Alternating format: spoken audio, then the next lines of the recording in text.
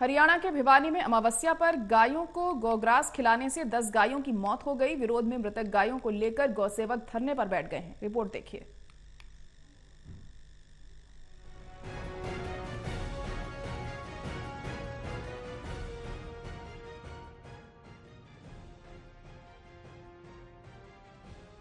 नवरात्रों से पहले दिन पितृपक्ष पर अमावस्या के दिन लोग गायों को रोटी, पूरी और गौग्रास खिलाते हैं। गलियों और सड़कों पर आमतौर पर भूखी घूमने वाली ये गाय साल में एक दिन अचानक इतनी रोटी, पूरी और गौग्रास खाने से बीमार पड़ जाती हैं और कुछ की मौत तक हो जाती है। हर साल की तरह इस बार भी यही हुआ। जी हां, हरियाणा के भिवानी में एक बार फिर आस्था पर अंधविश्वास भारी पड़ा। इस बार फिर अमावस्या पर गायों को गौग्रास खिलाने से 10 गाय मर गई, जिसको लेकर गौ सेवकों में भारी रोष है। इसी को लेकर रोहतक गेट पर धरना देकर नारेबाजी करते ये गौ सेवक हैं, जो 10 मृतक गायों को लेकर धरने पर बैठे हैं। वहीं मौके पर भारी पुलिस बल को तैनात किया गया है। गौ सेवक संजय परमार का कहना है कि ये पहली बार नहीं, हर साल अमावस्या के दिन ऐसा होता है। पिछले साल भिवानी में ही 41 गायों की मौत ऐसे ही हुई थी। अंधविश्वास और प्रशासन की लापरवाही से हर साल अमावस्या पर गायों की मौत हो रही है।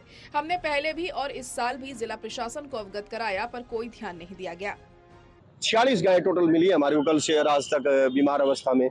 इसमें से 10 गायें को हम बचा भी नहीं पाए।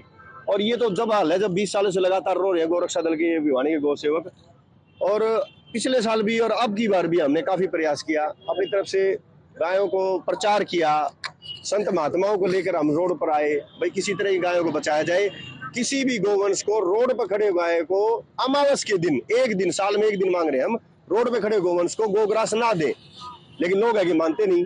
हमने कहा कि अगर गोग्रास देना ही है तो गौशाला में चले जाओ, लेकिन लोग है कि मानते नहीं।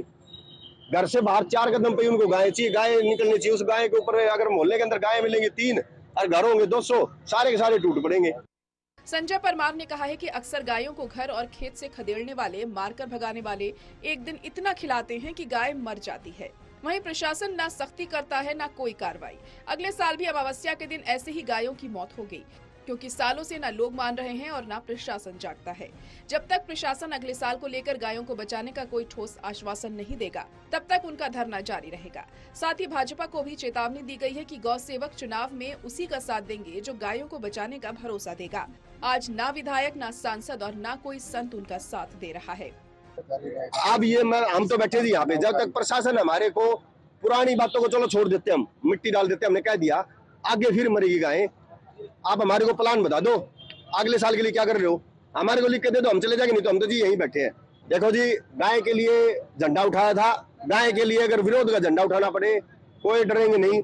गोरक्षा दल भिवानी के गौ सेवक लगातार तैयार है। जो गाय की जय बोलेगा उसकी जय बोलेंगे, जो गाय का विरोध करेगा उसका डट के विरोध करेंगे। यूं तो गाय को लेकर हरियाणा में ही नहीं, देश में भी खूब सियासत होती है।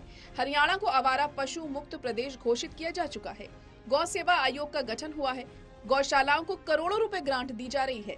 जागरूकता अभियान चलाया जाता है। बावजूद ये हालात शासन से प्रशासन पर सवालिया निशान उठाते हैं। बहरहाल अब देखना होगा कि हर साल ऐसे मर रही गायों को लेकर कोई कदम उठाया जाता है या नहीं।